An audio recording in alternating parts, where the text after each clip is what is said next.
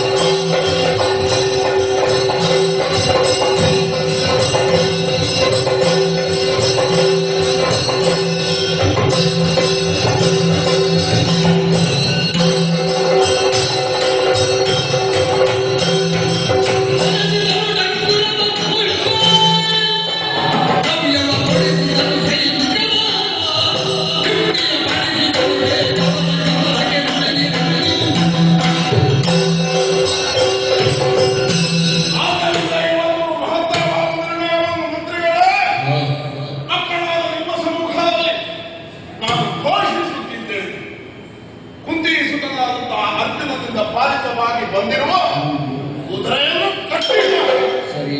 ಅದನ್ನು ಬಿಡಿಸುವುದಕ್ಕಾಗಿ ಆಗ್ರಹಿಸಿದ ತ್ರಿಲೋಕ ಬಿಡೆಯನ್ನು ಬಿಡಿಸಿದ ಬಿಡೆಯನ್ನು ಖಾಡಾಖಾಡಿಯಾಗಿ ಬವರು ಏರ್ಪಡಲು ಆ ಬವರದ ಮುಖಾಂತರವಾಗಿ ಅರ್ಜುನನ ದಿಕ್ಕಣಿಸಿ ಅವನನ್ನು ಸಂರಕ್ಷಿಸುವುದಕ್ಕಾಗಿ ಬರುತ್ತಿರುವ ಕೃಷ್ಣನನ್ನು ಪೂರ್ವಕವಾಗಿ ಸ್ವಾಗತಿಸೋಣ. ಅವನ ಪೂರ್ಣಾನುಗ್ರಹಕ್ಕೆ ನಾವು ಪಾತ್ರರಾಗಬೇಕು. ಆದ್ದರಿಂದ ಎಲ್ಲರೂ ಕೂಡ ಪಾತ್ರದೊಳಗೆ ಒದಗಬಹುದಾದ ಯುದ್ಧಕ್ಕೆ ಸಿದ್ಧರಾಗಿರಬೇಕು. ಒಂದು ವೇಳೆ ಈ ಯುದ್ಧಕ್ಕೆ ನಾವು ಹಿಂದುಳಿಯುತ್ತಾನೆ ಅವನಿಗೆ ಶಿಕ್ಷೆಯೂ ಇದೆ. ಒಳ್ಳೆಯ ಉದ್ದೇಶದಿಂದಲೇ ಶಿಕ್ಷೆ.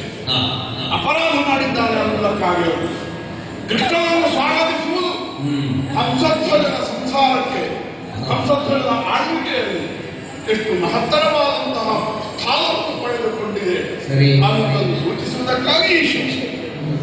ಯಾವನಾದರೂ ಹಿಂಜರಿದರೆ ಹಿಂದುಳಿದರೆ ಅಂತ ಬಂದು ನಿರ್ದಾಕ್ಷಿಣ್ಯವಾಗಿ ತಕ್ಕನೆ ಕುದಿಯುತ್ತಿರುವ ತಪ್ತ ತೈಲದ ಭಾಂಡಕ್ಕೆ ಎತ್ತಿ ಈ ಆಜ್ಞೆಯನ್ನು ನಾನು ಈಗಿಂದೀಗ ಹೊರಡಿಸುತ್ತಿದ್ದೇನೆ. ಹಾಗಾದ್ರೆ ಸೈನ್ಯವನ್ನು ಮುನ್ನಡೆಸುವುದಕ್ಕೆ ಒಬ್ಬ ಬೇಡುವುದು. 4 ಮಕ್ಕಳ ತಂದೆ ನಾನು. ಆದ್ದರಿಂದಲೇ ಆಯ್ಕೆ ಬಹುದುತ್ತರವಾದದ್ದು. ಏನು ನನ್ನ ಕರ್ಮಪುತ್ರ ಅನ್ನುವ ಹಾಗೆ ಭಾವಿಸಿದ ನನ್ನ ಮಗನಾದ ಸರ್ವಲಕ್ಷಣ ರಹಿತನ ಮಹಾಯೋಧನ ಸುಧರ್ಮನನ್ನೇ ನಮ್ಮ ಸೇನೆಯ ಸೇನಾಧಿಪತಿಯಾಗಿ ಅಂಗೀಕರಿಸುವಂತೆ ಆಜ್ಞೆ ಮಾಡಿದ್ದೇನೆ.